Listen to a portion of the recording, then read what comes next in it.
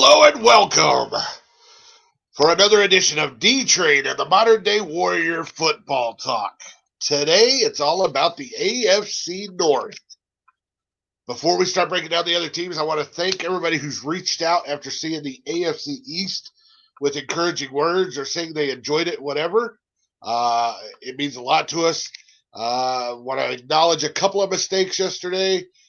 Obviously, we're going to make mistakes on every show. I get it. You don't have to point them out. You can. I don't care. We're not going to go back and talk about them, but yeah, it's going to happen. We're not perfect. We're doing this off our top of our heads, Oh yes, and neither one of yeah, us are public speakers. Do what? oh yeah. We're doing basically all of this off of memory of what we think has happened or what we already know of for sure has happened. And what we see on the screen of things we put up there. So, Yeah, speaking of that, let's get started with the AFC North with those dang Cincinnati Bengals. the Um, Bungles. the Bungles, they were Bungles last year. They had a good season. Well, have they been promoted from Bungles to Bengals now? Is that what we're doing? I They've think been so. I think promoted. I think Joe Burrow has given them that step of legitimacy.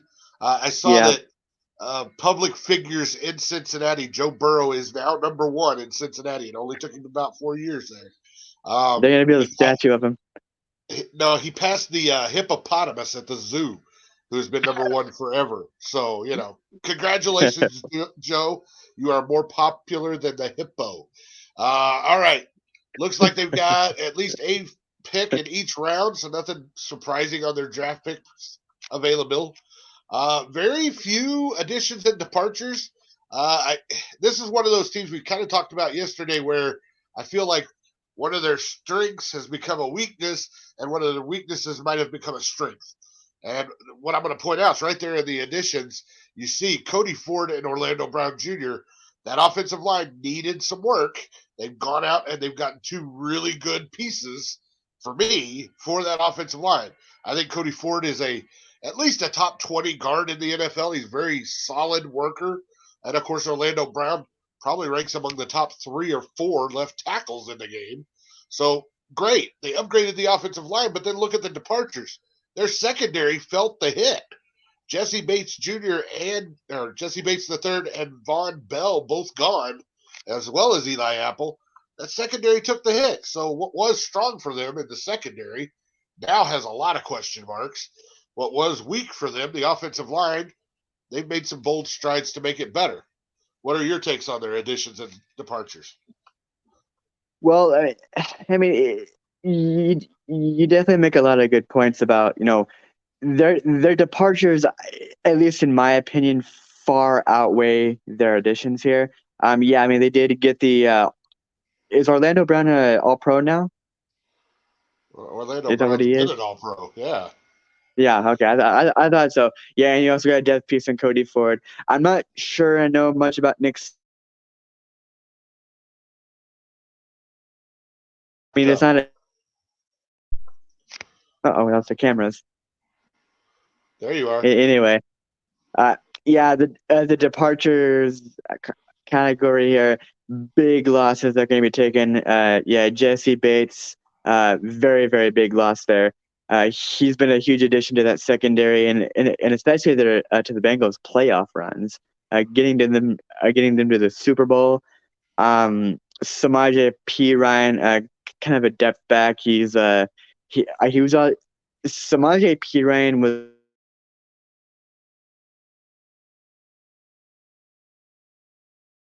the camera again.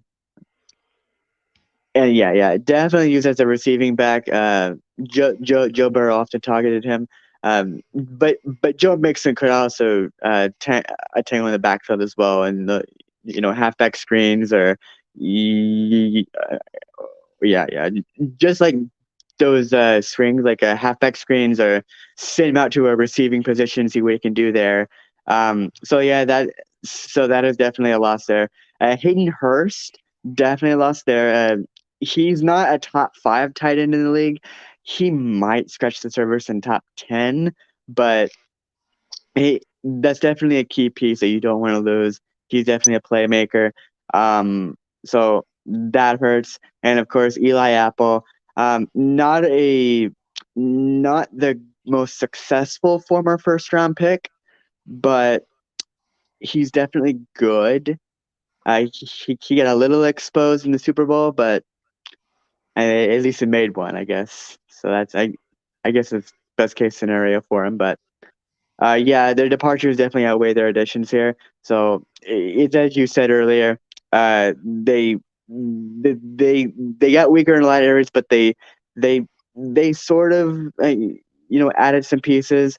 So I'm very looking I'm looking very much forward to seeing how they overdo in the draft based on how many picks they have. So it's going to be very interesting to kind of see what kind of holes they fill in. Boy, I'm going to have to call major bullshit on everything you just said. I don't see how, in any way, shape, or form, Jesse Bates Von Bell's loss outweighs the addition of Orlando Brown by himself. Um, Brown is far superior at his position compared to either one of those guys at theirs. So I personally think it's pretty even additions to subtractions here. Uh, do I think they've got to go figure out what they're doing in their secondary? Sure. Is Nick Scott a piece equal to Von Bell? Probably. So they got to figure out how to replace Bates. I get that. Hayden Hurst, I'll grant it, is a good, significant loss at tight end. But Orlando Brown, Cody Ford, that's 2/5 of an offensive line that can be dominant, not just good, dominant in this league. So I would give up Bates and Bell in a heartbeat to get somebody like Orlando Brown. I understand. I mean, you're giving up two decent players for one great. So, yeah, I think I that's take that every because day. yeah, I mean Jesse Bates is also an All Pro, so I mean it's kind of like, well, we're gonna give up this All Pro for another All Pro at another. I don't know. I mean, on the other side of the ball. So I mean, I get what you're saying. See, I don't think you do because safeties are a dime a dozen. I mean, they come out of nowhere every year, and we've got new safeties that are up at the top. So I think that's a position you could easily replace. Dominant offensive linemen, particularly left tackle, uh, they're not a dime a dozen. They're hard to find. There's only probably 5 in the NFL that are worth having. The rest are still trying to find that left tackle. They went and got one of those 5 guys. That's a big addition. I mean, yeah, I understand what you're saying. It's just like I've always seen Jesse Bates as like a top 5 guy at his position, but I mean, you could also make that argument for Orlando Brown too. Like, I mean, Orlando Brown's definitely could be arguable as a top 5 tackle in the league. And I don't think there's an argument. I think he's a top 3 tackle in the league. Because I don't think I could name 3 guys better than him.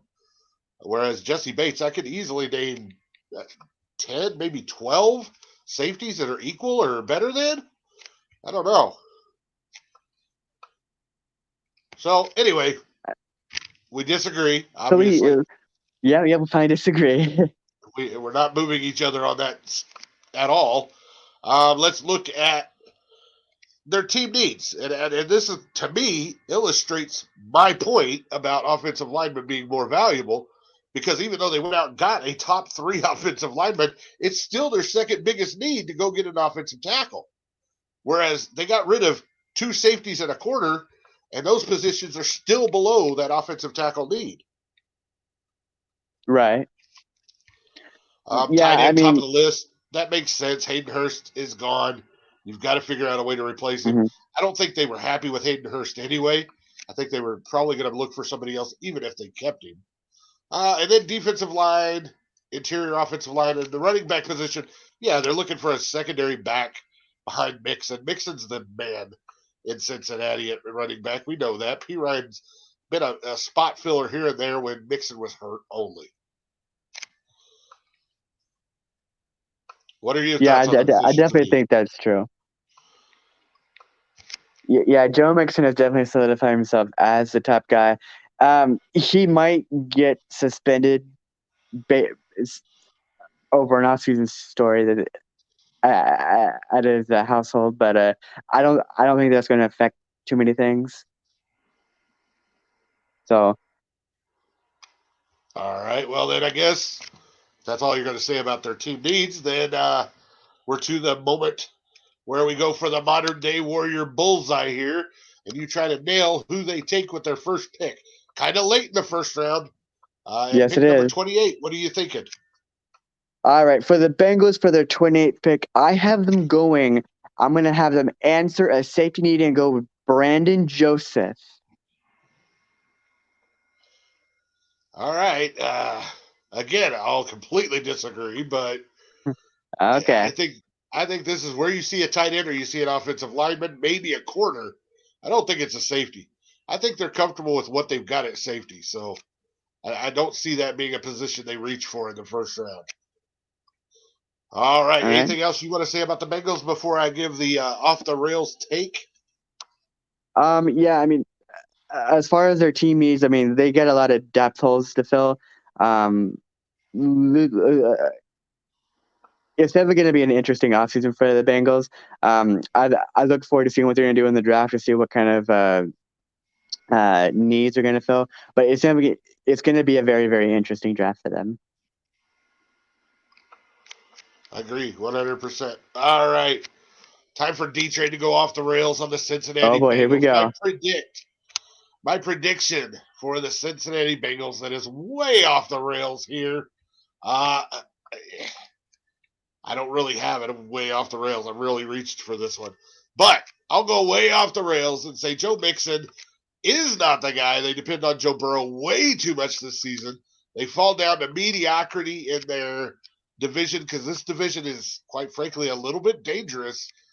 Every team can come up and win. Every team is somewhat equal to the others. I guess the one lone exception is the Ravens, and we'll get to that in a little bit. But off the rails, I say the Cincinnati Bengals somehow, middle of the road team, get a wild card and go all the way to the Super Bowl and win the Super Bowl from the wild card position. Of course. I That's why it's called like the off the Bengals a lot. rails. That is off the rails. Oh yeah, All I right. respect the Bengals a lot too. We're going to the Cleveland Browns next. No first round pick here. That's going to Nope. stand out. That's the Deshaun Watson trade. You've got 1 second, 1/3, 2/4, 2/5, a sixth, and a seventh. So they still got enough draft picks in the later rounds. They could do some maneuvering to get into positions to get players they like. I think they can target people and move up or down as needed to fill holes. So I'm not totally against their position here, but they're going to have to be smart with who they take and when they take them. Your thoughts? Right. Yep. Yeah. I think this is from the Browns' addition column to their departure column. I don't really see a lot of big names leaving them, but I also don't see a lot of big names coming in. Uh, I see this more as a balanced transaction here. Um, I guess the biggest name you have coming in is former Super Bowl champion Juan Thornhill, a former Chief. But I mean, other than that, Marquez Callaway, Elijah Moore are both depth receivers. They can be great, but they both need to take that step up. Ooh. Uh, Dalvin Thompson, I believe he was a Viking this past year. So, I mean, that's a rotationary guy at best. Uh, Jordan Akins, again, is a rotationary guy. So they got a bunch of rotationary guys. So I I think it's about even when you compare to the other departures. And your thoughts?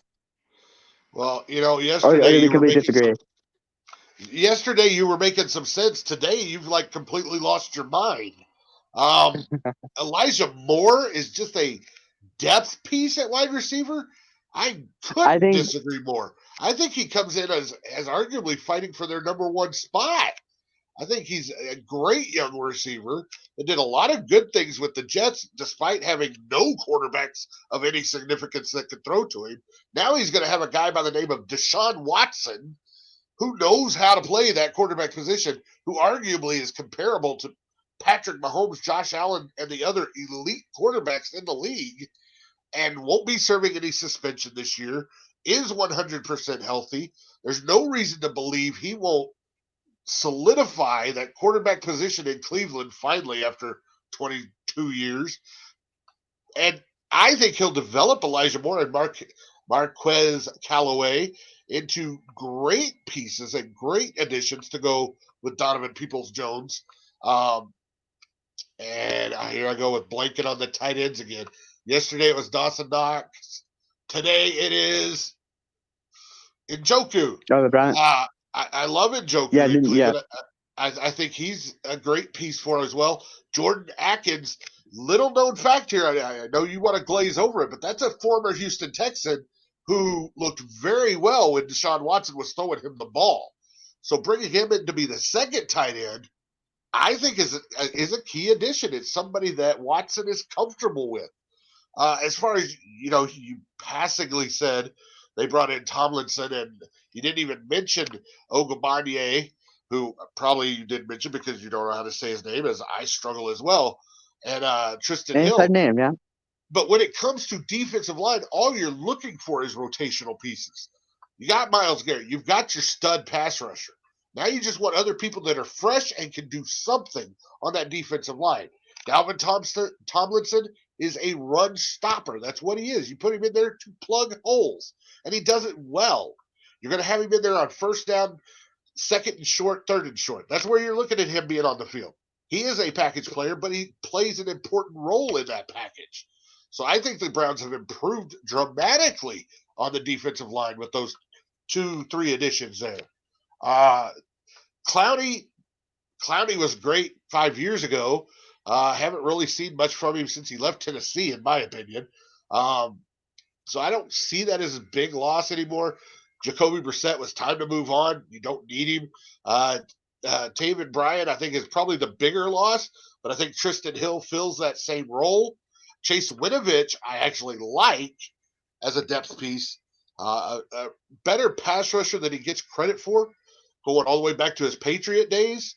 And yeah, I'll beam a little bit. He's coming to my team, so I'm really expecting big things out of him coming over. But the pieces they lost, they either replaced or got better at those positions. And we still got the draft to go. And like I said, I'm not thrilled they don't have a first-round pick, but with the picks the way they have them, they can maneuver and get key pieces when they need them. So I think the Browns have had a great offseason. And we forgot to do the NFL grades by Sporting News on the Bengals. So let's do that one real quick. We'll go back. The Sporting News graded the Bengals an A. They said the Bengals had to be calculated with what they could afford to keep in their AFC contender mix with contracts for Joe Burrow and T. Higgins looming. Getting Brown was a nice surprise as a big coup for their offensive line, while Scott helped offset the expected loss of Bates and Bell. So even they say Scott is going to replace Bates and Bell pretty easily. We won't go back to the Bengals altogether. I just wanted to read that. They also graded the Cleveland Browns offseason as an A. They said the Browns cleaned up their roster well of pieces they didn't need anymore and kept two key players. Tomlinson, Oraka Waka Waka Woo, or whatever, however you say that, Thornhill, are three new starters who can have significant impact on the defense. Significant impact on the defense. Whereas you said they were just pieces, just to throw out there. They agree with me. They're significant pieces on the defense. I see I'm getting double teamed here. Yeah, you are, because you're wrong. You're way off. All right. Here's your chance to retort. Oh, my chance, huh? I think he makes strong arguments with each individual player. I mean, again, I'll say like none of their additions are superstars, but I mean, they are good at individual skills. But I mean, I look at their departures. I'm like, yeah, sure. I mean, you could say that they didn't need these list of players, and they come out with non superstar caliber players. I mean, I still think it's an okay, but it's not great. Yeah, see, you still won't convert. It's crazy. Think you took some wacky juice or something this morning. You don't know what the fuck you're Oh, talking I about took today. something this morning. Yep. It seems like it. All right, well, let's go to there's still needs category over there for the draft. We got Yep. defensive line, wide receiver, edge rusher, safety, linebacker, running back, tight end. One of the pieces that's not on here, and I don't know why he's not on here, because I'm pretty sure he signed somewhere else, is they lost. I'm looking at their signings and departures. Did they lose Kareem Hunt? Oh, I didn't hear anything You don't about see him that. on the list there. I was under the I impression could they have had him. swore I heard he was gone. Hmm. Well, with the running back position up there, I assume they lost Hunt because we know they've Okay. still got their starter Chubb. I don't know. I Yeah. I mean, swear I yeah. saw that somewhere. Maybe we'll see it on another slide. To me, that's a big deal. That was a secondary back. It was far better than most teams have it as a second back. So I'm surprised he's not listed there. But you see on the needs that they need to find one. And my personal opinion is it's because they're trying to replace him. Anyway, with what do you see there with the team needs? What do you agree with, not agree with, whatever? Um, I I think they answered a lot of their receiving issues. It probably wouldn't hurt if they go and get a top edge receiver. Um, I mean that's just a personal opinion for me, but they did okay with Well, what they got in their additions. D line, they did okay with the Dalvin Tomlinson pickup, so they did sort of answer that, but it probably wouldn't hurt for them to go in the draft for that for a little bit more depth piece in there, and try to find see, I and look at at least all try to their find I look at a all their needs superstar. there. All their needs there, they're not looking for superstars. They're looking for fill-in pieces. They've got their superstars. Their names are Deshaun Watson, Nick Chubb, and Miles Garrett. Those are their superstars. That's who they're going to build this team around. And for me, those are three really good pieces to build this team around. So everything is just looking for a role player. They don't have a first round pick. They're not looking for a superstar. They're looking for players that can come in and contribute in situational football. And Right. I think they're in a good position to do that. I I would sort of agree. I think that what they have in needs, it's not anything that's so like they can overcome this. Like they have a superstar, as you said, a Miles Garrett who is on that defensive line, and if uh if Deshaun Watson can be like he was 2 years ago, I think they'll be fine there. And then obviously a good running core, Nick Chubb. Their linebacking a position which is on the team needs. I believe they did sign, re-sign Logan Wilson. Am I correct? I And I believe believe they signed Jermaine Logan Pratt. Wilson. Logan Wilson's the Bengals. Oh, I'm thinking of it. Thinking of a completely different You're on the wrong team again. linebacker. Yeah. They have a. They did have a new guy on their linebacking core. I forgot his name though. Some guy out of Notre Dame. Uh, and then I don't know who their other linebackers They are, re-signed Jermaine but Pratt. No, yeah, I gotcha. Uh, they re-signed yeah. somebody. Who was it? Sion Taki. Oh, okay. That's who Well, they that re-signed. answers that. All right. So I mean, I don't Well, see anything that they can't overcome. all right. Well, then I think we're down to another more difficult pick because it's a second rounder. It's only about 10 picks into the second round, though. So you're looking at late first round Yeah. talent, early second round talent. Um, Yeah. what I'm going to say before you make your bullseye prediction, the Browns to me are in the perfect position to draft the best player on their board every time they come up. And if they can trade back and get a few extra picks, it's worth doing. If they need to move up to go get somebody they target, it's worth doing. I think they're in a great position for this draft. So, for the modern day warrior bullseye pick, And round 2, number 42 overall, who do you got? All right. For the bullseye pick, for the 42nd pick in the NFL draft, I have the Cleveland Browns taking wide receiver Zay Flowers. Oh, you are reaching there.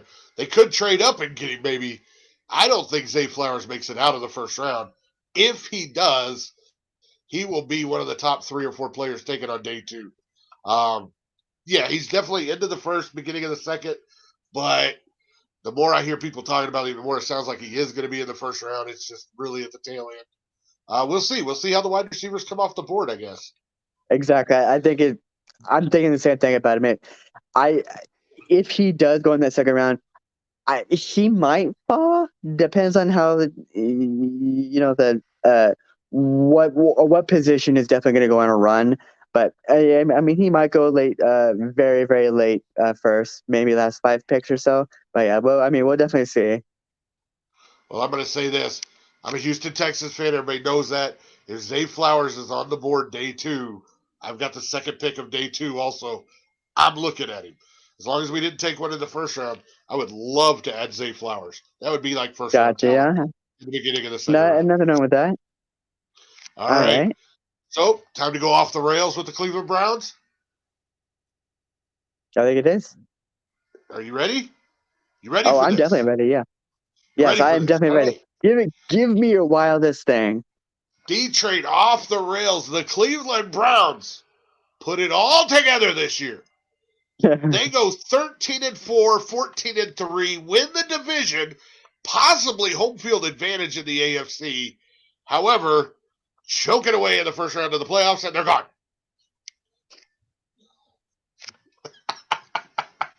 You like Oh, that that one? is off the rails. To think the Browns could win 13 games in a season. Holy cow, you must be smoking. I think they do it this year. I think they're in a good position to do All it. right. All All right. right. Next up, dun dun dun. The only Steeler constant in Nation. the NFL is Tomlin is still the coach of the Pittsburgh Steelers. It's the only constant left in the NFL, period. So, we're to the Steelers. We're looking at pick number 17 in the first round. Then they got 2 seconds. Still have their third, fourth. They miss out on the fifth and sixth, but wrap up with 2 sevenths. I like the 2 second round picks. I don't know what you think about that, but I see this as a position that if they need to trade up for a key player, particularly at the quarterback position, and I know who I want them to target in the first round, if they can get up there and get him, or if they can stay pat and he falls to them, I think addressing the quarterback position for the Steelers is going to be paramount in this year's draft. Your thoughts? Yeah, I think there's definitely some. I think the departures, like I think the 2 linebackers, especially that Steeler Nation lost, was definitely Miles Jack and Devin Bush. They I don't think they performed as well as some anticipated. So I mean, it was a bit underwhelming performances from both of those linebackers. And then Cameron Sutton, I think he was a solid piece in their secondary. So I mean, that's a little bit of a loss, but it's not anything that they can't overcome. Same thing with William Jackson, Steven Sims. He kind of is whatever. And then I can tell you already disagreeing with me. And then I'm yeah, serious. You've lost your mind overnight. and then Terrell Edmonds. Miles Jack, and Devin Bush both underperformed. You're right about that in Pittsburgh. They went out and got Cole Holcomb, who, if you Well, I played was getting to fantasy that. football, if you played fantasy football last year, Cole Holcomb was a silent killer in fantasy football because he was tackling everything in sight. So I think they Well, hey, replaced their linebacker problems right there. he was good for a certain point until unfortunately got landed on IR. But But uh, when he was playing, he was dominant. Not yeah, good. He was dominant. And I he's a definitely Steeler see. type linebacker. I definitely see your point with Cole Holcomb. I am extremely I'm excited, a little jealous in some points that they got Cole Holcomb. I think he is a severely underutilized linebacker. He doesn't get a lot of media attention. for some reason. But I definitely think that he has the playmaking abilities to make that Steelers defense run. And the addition of Patrick Peterson, I Eh, I think he's an old dinosaur, but yeah, he he's still brings okay. leadership. He'll bring leadership to the secondary, but I'm not sure they needed that. Fitzpatrick, I think, does that just fine. Yeah, Uh, maybe Fitzpatrick. Losing Sutton and Jackson, yeah, they haven't really addressed that, and that's why I said when we were talking about draft picks, I said I think quarterback has to be that first round pick, and there's one out there that I think needs to be a Pittsburgh Steeler. But before we go on to the draft again, I want to stay with the key additions. I like the two guard signings. They're not the greatest guards. They're not flashy, big names, nothing like that. No, But that Steeler offensive line has struggled to punch holes for Harris to get through. And they brought in yeah, two road grader type guards that can do that. They're not the best in pass protection. That's probably both of their weaknesses. So you're still dealing with how the hell are we going to keep picking up right? But if they can start blasting holes for Harris to get through, then Pickett's going to get more time just naturally because you gotta stop that run. yeah. I definitely agree with you. Najee Harris's rookie year was very very difficult for him. He he was dealing with a very young and depleted, inexperienced offensive line there.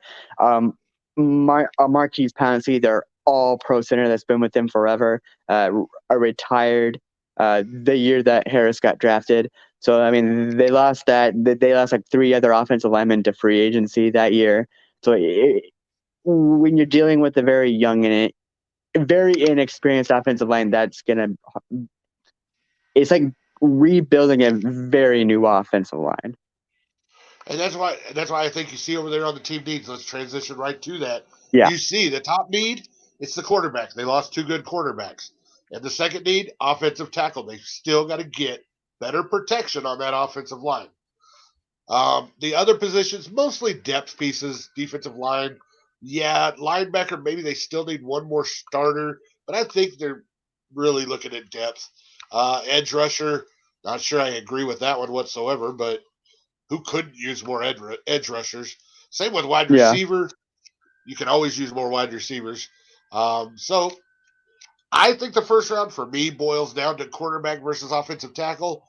There happens to be a talented player out there that screams he should be a Pittsburgh Steeler at quarterback. I think it's the right fit, but it's not me doing the bullseye picks. So, well, let's go to you. Modern day warrior, All right. bullseye pick for number 17. What do you got? You want to hear my bullseye pick? This is a very interesting one.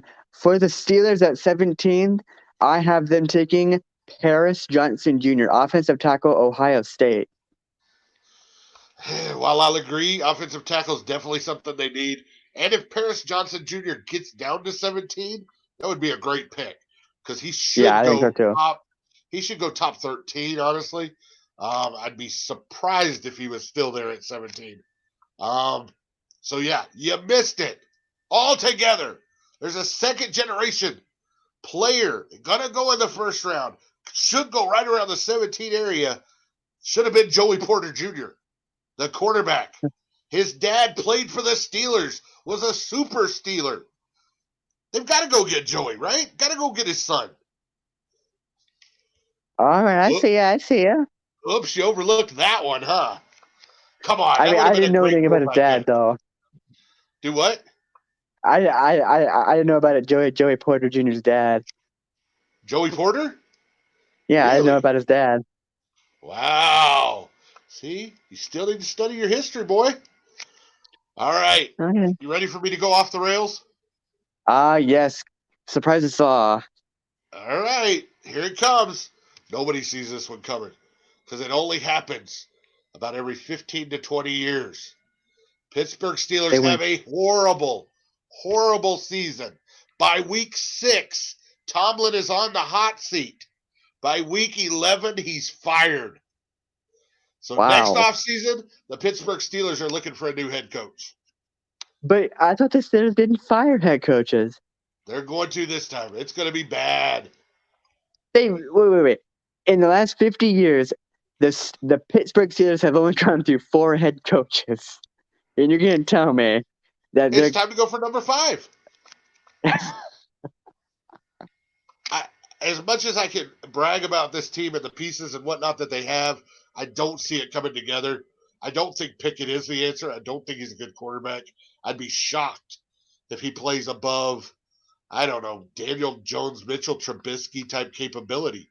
I mean, I think that's as good as he can be. Jones had a good year last year. Maybe if Pickett lasts, he'll be good by his third head coach and 4 years down the road. We'll see. when But what? and I think are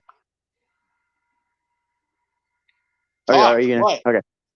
Oh yes, I think the biggest problem that that the Mike Tomlin he still wants to reverberate back to what he's had in the last 10 years. The Big Bens, obviously the Antonio Browns. He doesn't have that team anymore, so I think he has to adapt to what the roster he has now. I mean, yeah, build that young core that you have, and George Pickens, Najee Harris.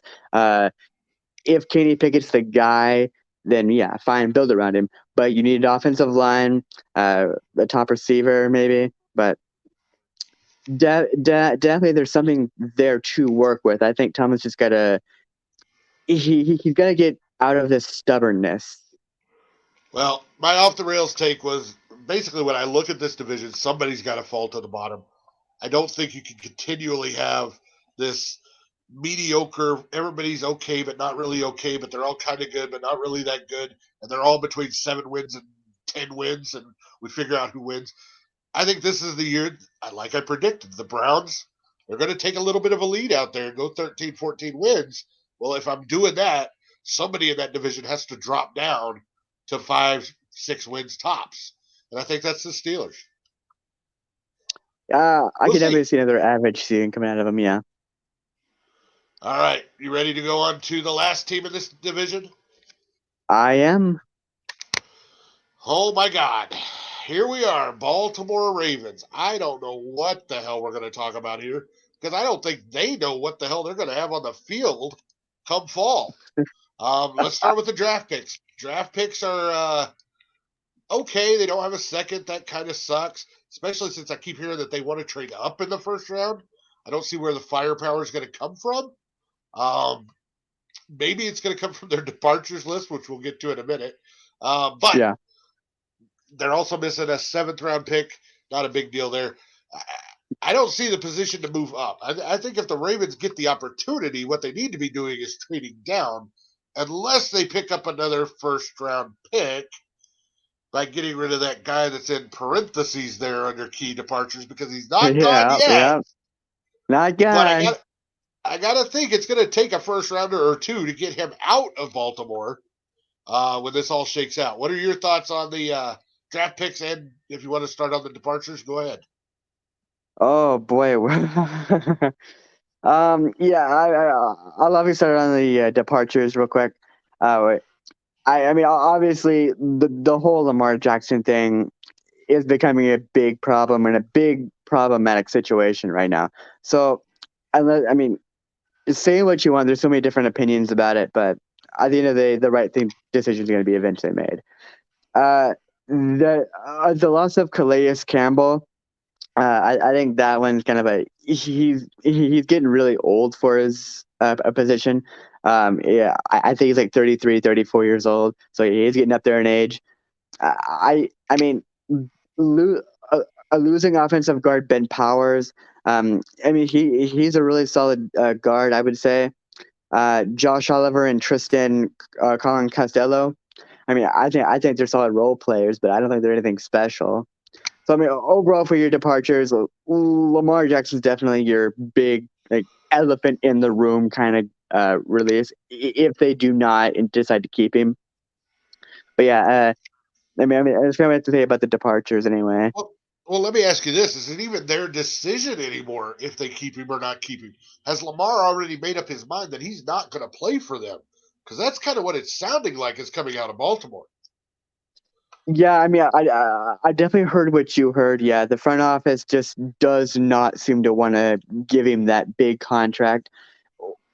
I mean, I believe from what I've, at least from what I have heard, Lamar Jackson's free to, I think, talk to whoever he wants because he's not represented by an agent, obviously. Um, it's literally each GM that is interested in him, go ahead and talk to him directly.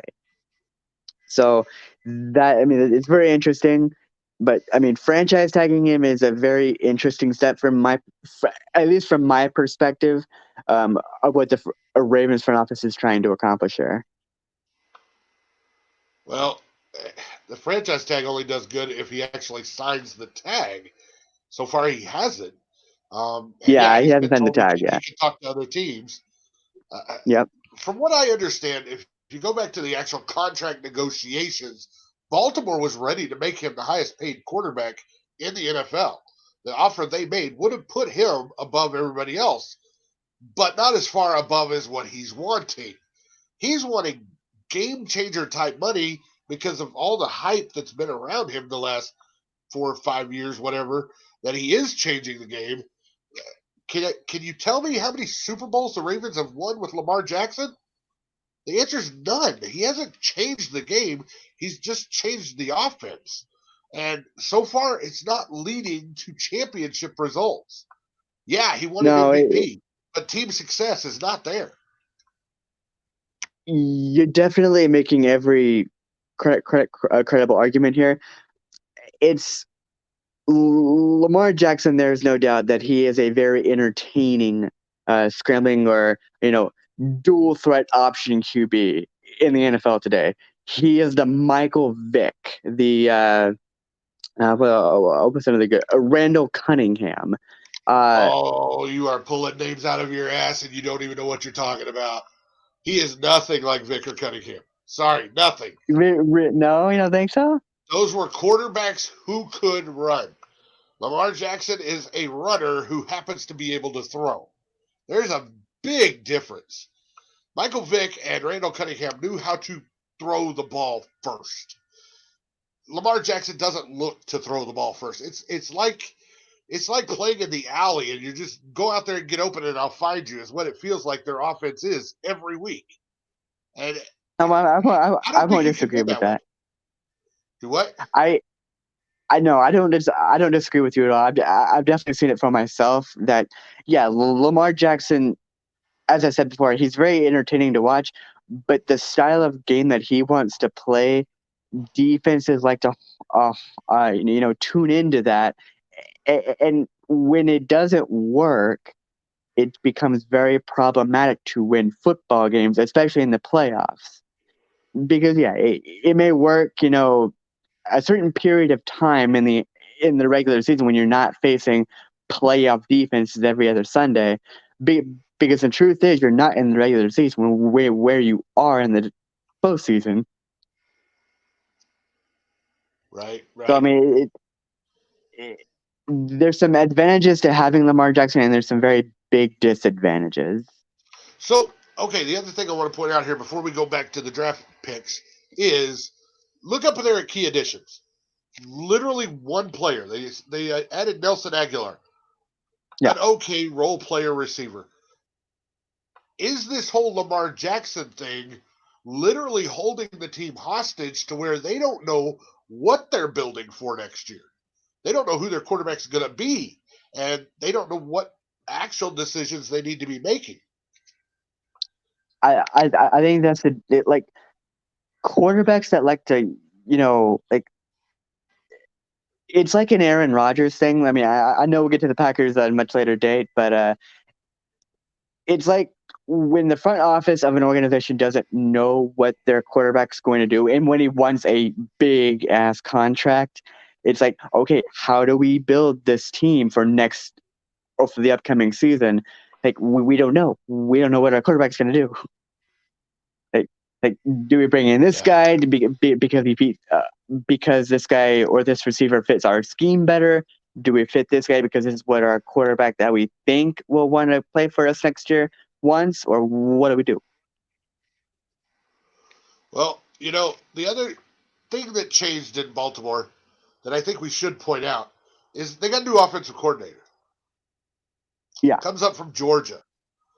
And he runs more of a structured offense. That is not Lamar Jackson's game. So I don't know if they're planning for life without him or not. Let me read what the Sporting News says about the Ravens offseason moves so far. Right. They ranked them 31st among 32 teams. That's how bad they Oh think it my. is. There's not They even graded 34 it a teams. D. They graded it as a D so far in the offseason for them. The Ravens free agency hinges on getting a deal done with Lamar Jackson because otherwise they are handcuffed here and have been significantly downgraded in free agency as they try to rebuild in a few spots. I think that's what we've been saying, just they maybe Yeah. worded it a little simpler. Um, yeah, they're held hostage by Lamar Jackson at this point. And I kind of feel like the front office has said, "Great, go talk to other teams. I hope you find somebody that's willing to get you, because we kind of like to move on from the headache." That's what it feels like, Yeah. anyway. Well, yeah. You're definitely making a very, very solid point here. Like quarterbacks like Lamar Jackson that have their own style of game. Um, and again, it was like beating the dead horse right now, but yeah, he's very entertaining to watch. Um, But you have he to build the team around that player, and with them not and knowing if they're going to have that player, they don't know how to right, build the team. and that's a problem that that article specifically stated is they they don't know what additions to bring in, and it's kind of difficult when like we're losing all this. It's good talent, but Yeah, like just bringing in a role player like Nelson Aguilar. I mean, we're three weeks it's away just from kind of the NFL draft. 3 weeks 3 weeks. till the NFL draft, and they don't have a clue what they're doing because they don't know Yeah, what's going to happen with Lamar. yeah, Obviously, if they are trading him, they have to believe they're getting some big draft capital back. And that changes everything they're talking about at that point. So I've heard them trying to trade up to the number 3 spot with the Cardinals. I can't imagine how much draft capital it's going to take for them to get from 22 to 3. Yeah, I think you're talking at least 3 first rounders and probably a couple other thirds and fourths. So I don't know where that draft capital is coming from for the Ravens to get from 22 to 3 unless you've shipped Lamar somewhere and you've gotten a package of draft picks back. That's the only way it makes sense. definitely. It's going to be very hard to do that, as you just stated. I mean, I think that the Ravens are definitely one of the teams that I am looking very intently at. Like, what the hell are they going to do these next 3 weeks? And yeah, are they going to know what they're building for when the draft gets here? Are they going to have a decision with where Lamar's going to be, or is he going to sign the franchise tag? Are they going to get to play him? Much less is he going to be somewhere else. It's fascinating to me, and the fact that they're talking to the Cardinals about that possible trade is Yeah, interesting also because the Cardinals have kind of said, we know we're rebuilding this year and we're going to do it without our quarterback for this year because he's going to be out most of the season with his injury anyway. We're hmm okay with getting a bunch of draft picks in return. If you want number 3, come get it. And that means they're passing on Will Anderson Jr., which I don't agree with at all. I think that's a game changer right there that the Cardinals should stay at number 3 and take if they get the chance, because obviously it will come out later. But I want my Texans to take Will Anderson Jr. at number 2. I don't like all the quarterback talk, but that's a whole other story. All right, so draft needs right now, looking at the Baltimore Ravens draft needs, don't make sense to me. And they don't make sense because this team doesn't know what their identity is going to be. So I get right. you could put everything over there. They need everything at this point. Wide receiver, quarterback, edge rusher, running back, quarterback. Because if you're losing Lamar, you've got to replace him. I don't think Huntley is your answer permanently at the quarterback position. And if you're trying to trade up to number 3 with the Cardinals, I have to assume you're going up to number 3 to get a quarterback. So obviously that might be something they're already talking about. And then safety, defensive line. I think you could put every position up there. I think the Ravens need it all. But Yeah, until they figure out their Lamar problem, they can't figure out where to go next. they didn't do anything. So I'm going to give you probably the hardest pick you're going to have to make for your modern day warrior bullseye pick for the Baltimore Ravens at number 22, assuming they're drafting there when we Yeah, come to the draft in 3 weeks. Who do you see the Ravens taking there? I thank you for asking. I This is again a shot in the dark because I mean obviously it was just, as we just stated they need everything. So with my bullseye pick for the 22nd pick in the NFL draft, I have them taking Clark Phillips III, a defensive back. Well, I don't think anybody would argue defensive back anytime. That's a position I think you could take every year. So, you kind of went safe there. I was hoping maybe you went a little flamboyant. Um, Flamboyant. well, yeah, I say flamboyant because the other name I've heard at that number 22 spot, if the Lamar Jackson thing is not figured out in time, and the fact that they might take a quarterback, would be Hooker out of Tennessee. Might be the way he becomes the fifth quarterback taken in the first round. He's coming off an injury too. You're going to have to take some time to develop him. So Huntley would be your answer this year if you don't have Lamar Jackson. But then you've got that young kid that might be the answer for the future. The other thing, I thought about this a little bit as my off the rails, but we did just say they got a new offensive coordinator from Georgia, and there's a certain quarterback down at Georgia in this draft that just won 2 national titles with him. Obviously, you're not taking him in the first round, but if you get him day 3 or somewhere like that, maybe that's your answer for if Lamar doesn't work out, or you only get Lamar for the franchise tag year, something like that. You get a young kid down there on the bench. Yeah, yeah, definitely. I mean, they're definitely gonna need a plan B if this whole thing just kind of sinks. If the whole thing just sinks to the bottom of the ocean. But yeah, I mean, you're gonna need a solid plan B, a Well, contingency if plan, I if I was the say. Ravens, if I was the Ravens GM right now, I've got plan B, I've got plan C, I've got plan D, and I've got plan E. Because frankly, so much depends on everything falling into place. You can't make just a single plan. Until you know where that first piece lies, you can't even start to begin the rest of them. So, you ready for the off the rails prediction for the Baltimore Ravens? I can't wait for it, dude. Man, go on. We're gonna finish. We're gonna finish the AFC North with a off the rails prediction for the Baltimore Ravens. Lamar Jackson plays this season for the Baltimore Ravens. He plays like his life depends on it because it literally will. He's going to play under that franchise tag with an agreement with the team that he will be an unrestricted free agent next offseason, that they won't franchise tag him again. And he has a phenomenal year, probably rushes for 2,000 yards. Only throws for about 1,000 because we know he's a better runner than thrower. But somehow he leads that team a long way. And the thing I don't want to get lost here is that team still has a good defense. The whole defense is really solid, so they're going to keep them in every game. Roquan Smith was a brilliant pickup this last regular season to solidify that defense. So they could play with anybody.